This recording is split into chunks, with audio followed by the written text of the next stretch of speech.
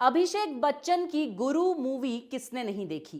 क्या आपको याद है कि गुरु उस पिक्चर में जब ये बताता है अपने पिताजी को कि मैं एक बिजनेस करना चाहता हूं, तो वो उससे कहते हैं कि बिजनेस मत करना, तू बर्बाद हो जाएगा। जब भी हम बिजनेस करने के बारे में सोचते हैं, लोग हमें अलग अलग बातें बताते हैं। कोई कहता है कि बिजनेस शुरू करना बहुत ही रिस्की है, इसे मत करो, तुम्हारा सारा पैसा डूब जाएगा। कोई कहता है कि बिजनेस करने के लिए बिजनेस वाले जीन्स होने चाहिए, आप एक बिजनेस फैमिली से होने चाहिए। कोई कहता है कि बिजनेस करने के लिए किस्मत चाहिए प्यारे, किस्मत नहीं है तो बिजनेस नहीं चलेगा।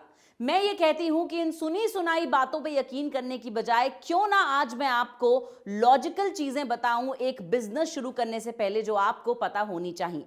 और मुझे ये चीजें बताई हैं 8 अलग अलग सीईओ एंड फाउंडर्स ने, और उनसे एडवाइस लेने के बाद मैं आपके लिए लेके आई हूं ये वीडियो, जहां मैं बताऊंगी 8 ऐसी चीजें जो बिजनेस शुरू करने से पहले आपको पता होनी चाहिए, ताकि आप स्मूथली और बिना किसी परेशानी के अपने बिजनेस को शुरू कर सकें और उसमें सक्सेसफुल बन सकें।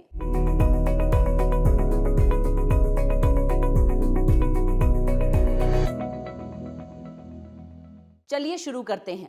सबसे पहली सलाह मुझे ये मिली कि अगर आप एक बिजनेस शुरू करना चाहते हैं तो आपको ये बात जान लेनी चाहिए कि बिजनेस एक मैराथन रेस है, ना कि एक स्प्रिंट रेस। मैं आपको समझाती हूं कैसे। अक्सर जब कोई भी व्यक्ति बिजनेस शुरू करने के बारे में सोचता है तो वो ये सोचते हैं कि जल्द से जल्द मेरा पैसा जो है वो इकट्ठा हो जाएगा, जल्द से जल्द मैं बिजनेस शुरू कर दूंगा और जल्दी से मुझे प्रॉफिट हो जाएगा और मैं एक समृद्ध बिजनेसमैन या बिजनेस वुमन बन जाऊंगी। लेकिन मैं आपको एक बात बता दूं कि बिजनेस जब आप करते हैं तो आपको लॉन्ग टर्म प्लानिंग करनी पड़ती है। उदाहरण के तौर पे हो सकता है कि आप कोई बिजनेस शुरू करें और बिजनेस शुरू करते ही मार्केट जो है वो डाउन चली जाए, या फिर जिस तरह से कोविड-19 पैंडेमिक आ गया था कई लोगों के बिजनेस शुरू करते ही। लेकिन जिन लोगों ने लॉन्ग टर्म प्लानिंग करके रखी थी वो टिक गए। कोविड-19 पैंडेमिक का लॉकडाउन खुलने के बाद उनका बिजनेस जो है वो चल पड़ा। लेकिन जिन लोगों ने सिर्फ शॉर्ट टर्म प्लानिंग की थी उनका बिजनेस जो है वो बंद हो गया। तो आपको हमेशा इस तरह से बिजनेस की प्लानिंग करनी है कि आप लॉन्ग टर्म के लिए प्लानिंग कर रहे हैं। आपने ये समझ लेना है कि मुझे पहले 6 महीने क्या करना है, अगले 6 महीने के लिए फंड्स कहां से आएंगे और किस तरह से मैंने प्लानिंग करनी है कि अगर कोई विपदा आ गई, कोई कैलामिटी आ गई, कोई डिजास्टर आ गया, जैसे पैंडेमिक आ गया या फिर मार्केट डाउन चली गई, तो मैं उस चीज से कैसे बचूंगा या बचूंगी। दूसरी बेहद जरूरी चीज, आपको यह ध्यान रखना है कि आप जिस भी चीज का बिजनेस शुरू कर रहे हैं, अगर आप कोई प्रोडक्ट बेचना चाहते हैं या कोई सर्विस देना चाहते हैं, तो उसकी डिमांड मार्केट में है या नहीं। कई बार हम एक बिजनेस सिर्फ इसलिए कर लेते हैं क्योंकि हमें लगता है कि यह बिजनेस प्रॉफिटेबल होगा, ये लोगों से सुना है, ये हमने देखा है। कई बार हम एक बिजनेस सिर्फ इसलिए कर लेते हैं क्योंकि हमारा खानदान जो है सालों से वो बिजनेस करता आ रहा है। लेकिन क्या आपने अपनी पक्की पूरी रिसर्च की है कि जो प्रोडक्ट आप बेचना चाहते हैं या जो आप सर्विस देना चाहते हैं उसकी लोगों को जरूरत है भी या नहीं। उदाहरण के तौर पे हो सकता है कि आप एक ऐसे शहर में रहते हो जहां पर बिल्कुल भी बारिश नहीं होती और आप एक ऐसा बिजनेस खोलने जा रहे हैं जिसमें रेनकोट्स या छाता आप बनाकर बेचेंगे, करेक्ट? उसकी डिमांड वहां नहीं होगी। हो सकता है कि आप एक ऐसा ऐप खोलने जा रहे हो जिसकी जरूरत ही लोगों को नहीं है। तो ऐसी चीजें करने से बचें। मेक श्योर कि आप पहले ही ये रिसर्च कर लें कि मेरा प्रोडक्ट बनने के बाद या मेरी सर्विस आने के बाद उसे यूज कौन करेगा। तीसरी चीज, आपको इस बात का ध्यान रखना है कि शायद पहली बार में आप सफल नहीं होंगे। कई बार हमें लगता है कि एक ही महीने में हमारा बिजनेस जो है वो चल जाना चाहिए, हमारा प्रॉफिट जो है वो आना शुरू हो जाना चाहिए, लेकिन ऐसा नहीं है। हो सकता है कि आपको पहले महीने, दूसरे महीने, तीसरे महीने कठिनाई आए।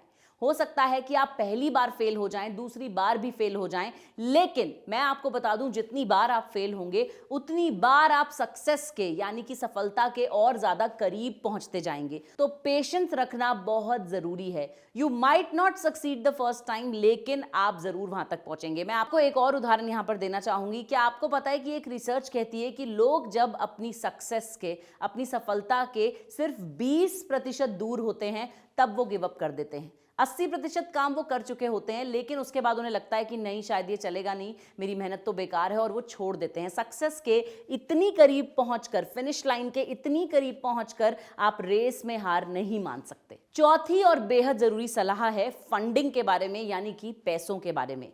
आपको पेशेंस रखना पड़ेगा और आपको एडिक्वेट फंडिंग के बाद ही बिजनेस शुरू करना है। अब आप सोच रहे होंगे कि ये कैसी सलाह है, मैं आपको समझाती हूं। मान लीजिए कि आप एक लॉन्ड्री खोलने की सोच रहे हैं।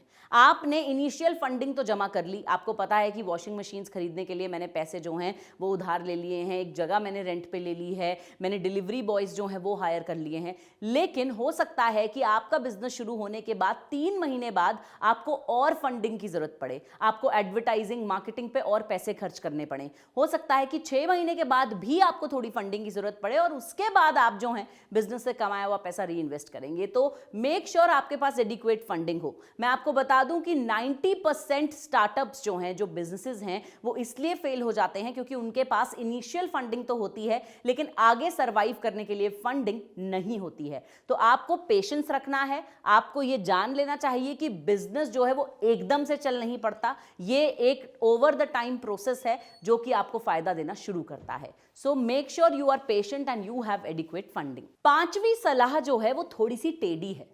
यहां पर मैं आपसे कहना चाहती हूं कि भूल जाइए कि आप क्या बेचना चाहते हैं।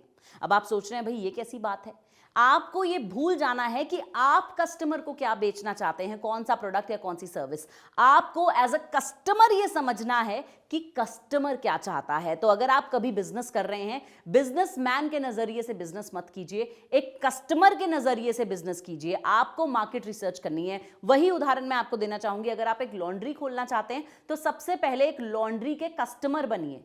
आप अपने कपड़े वहां पर धुलवाइए, ड्राई क्लीन करवाइए, समझिए कि कस्टमर्स के क्या पेन पॉइंट्स हैं, किस तरह की तकलीफें कस्टमर को हो रही हैं इस बिजनेस से जुड़ी हुई, या फिर किस तरह की सर्विस एक कस्टमर चाहता है। तो आपको कस्टमर के पॉइंट ऑफ व्यू से प्रोडक्ट बेचना है, वो नहीं बेचना है जो आप बेचना चाहते हैं, आपको वो बेचना है जो कस्टमर खरीदना चाहते हैं। 6ठी सलाह जो है वो बिजनेस में ही नहीं, जिंदगी में हर जगह काम आ सकती है। हालांकि अधिकतर लोग जो हैं बिजनेस वो अकेले शुरू करते हैं, यानी प्रोप्राइटरशिप में, लेकिन आपको भी पता है कि बिजनेस को चलाने के लिए और लोगों की जरूरत पड़ती है जिन्हें आप पार्टनर भी बना सकते हैं आगे जाके। लेकिन ये याद रखिएगा कि आप ही इस नैया के खेवैया हैं। जी हाँ, you have to pivot your business ahead. आपके जो पार्टनर्स हैं जिन्हें आप अपने बिजनेस में जोड़ने की सोच रहे हैं, उन्हें सोच समझ के आपको चुनना है। वो लोग फाइनेंशियली स्टेबल होने चाहिए, वो लोग हार्ड वर्किंग होने चाहिए, और सबसे जरूरी बात, उनका माइंडसेट आपके माइंडसेट से मैच करना चाहिए। नहीं तो बिजनेस शुरू होते ही मतभेद होने शुरू हो जाएंगे। लेकिन इन सारी बातों के बावजूद जो सलाह मैं आपको देना चाहती हूं वो ये है कि ये याद रखिएगा कि अपने बिजनेस के कैप्टन ऑफ द शिप आप ही हैं। हो सकता है आपको उन्हें आगे जाके थोड़ा पुश करना पड़े कि नहीं और मेहनत करो, ये धंधा जो है वो चल जाएगा। So just remember you have to be prepared to pivot your business. 7वीं सलाह बहुत ही ज्यादा जरूरी है। मैं यहां पर कहना चाहती हूं कि आपको अपने कस्टमर्स की बात सुननी चाहिए, यानी कि आपको हमेशा अपने कस्टमर्स का फीडबैक लेना है। बिजनेस शुरू करने से पहले आपको एक सर्वे करना चाहिए कि कस्टमर्स अगर इस तरह का प्रोडक्ट या सर्विस यूज करते हैं उन्हें किस तरह का एक्सपीरियंस मिलता है।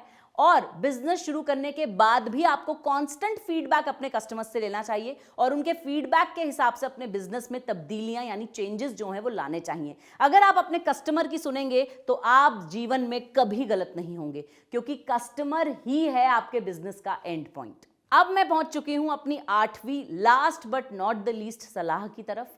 8वीं सलाह जो मुझे सारे के सारे सीईओ एंड फाउंडर्स ने दी वो ये है कि you have to solve a problem. आप कौन सा बिजनेस शुरू करें, अक्सर आप ये सोचते होंगे, या फिर शायद आप ये वीडियो देखते वक्त सोच चुके हैं कि आप कौन सा बिजनेस शुरू करें। लेकिन मैं आपको बता दूं, आपका बिजनेस जो है उसे किसी ना किसी प्रॉब्लम को सॉल्व करना है। Your business should solve a problem. अगर आप एक टैक्सी का बिजनेस शुरू कर रहे हैं तो वो लोगों को कहीं से कहीं पहुंचाने की प्रॉब्लम सॉल्व करता है। अगर आप लॉन्ड्री का बिजनेस शुरू कर रहे हैं तो वो लोगों को एकदम धुले हुए कपड़े बिना मेहनत के देने की प्रॉब्लम सॉल्व करता है। आपको ये समझना है कि मैं जो बिजनेस शुरू करने जा रहा हूं या जा रही हूं वो किसी की प्रॉब्लम सॉल्व करता है या नहीं। और यहां पर मैं आपको एक और आइडिया देना चाहूंगी, आपको हमेशा सोसाइटी में एक गैप ढूंढना चाहिए। जैसे कि अगर मैं बोट कंपनी की बात करूं, उन्होंने देखा कि बहुत हाई प्राइस्ड गैजेट्स होते हैं या बड़े ही low quality low priced gadgets होते हैं, तो उन्होंने मीडियम प्राइस्ड और मीडियम क्वालिटी वाले गैजेट्स निकाले और आज बोट जो है एक बेहद सक्सेसफुल कंपनी है। तो हमेशा याद रखें कि आपका बिजनेस कोई प्रॉब्लम सॉल्व करना चाहिए। अगर आप इस वीडियो को देखते हुए ये सोच रहे हैं कि मैं बिजनेस कौन सा करूं, तो फिर मैं आपसे कहूंगी कि आप फ्रीडम ऐप डाउनलोड करें। लिंक जो है डिस्क्रिप्शन में दिया है। क्यों डाउनलोड करें फ्रीडम ऐप? क्योंकि यहां पर आपको मिलेंगे बहुत सारे आइडियाज कि आप कौन सा बिजनेस कर सकते हैं। यहां पर अलग अलग कोर्सेज हैं। यहां पर एक सक्सेसफुल मेंटर आपको सिखा रहा है कि आप अपना लॉन्ड्री बिजनेस कैसे करें। यहां पर एक सक्सेसफुल मेंटर आपको सिखा रहा है कि होममेड ब्यूटी प्रोडक्ट्स का बिजनेस कैसे करें। आप सारे कोर्सेज का इंट्रोडक्शन देख सकते हैं और उसके बाद डिसाइड कर सकते हैं कि आपको कौन सा बिजनेस करना है और फिर वो कोर्स भी आप कर सकते हैं ज्यादा नॉलेज के लिए। मैं आशा करती हूं कि आपको ये वीडियो लाभदायक लगा होगा। अगर आपको ये वीडियो पसंद आया है तो इसे अपने फ्रेंड्स और फैमिली के साथ शेयर करें जो कि शायद बिजनेस करना चाहते हो। साथ साथ हमारे वीडियो को लाइक जरूर करें एंड साडे चैनल ਨੂੰ सब्सक्राइब भी जरूर करें। मैं यही उम्मीद करती हूं कि आप जिंदगी में बहुत बहुत सफल बने। This is your host Sugan Sharma signing of.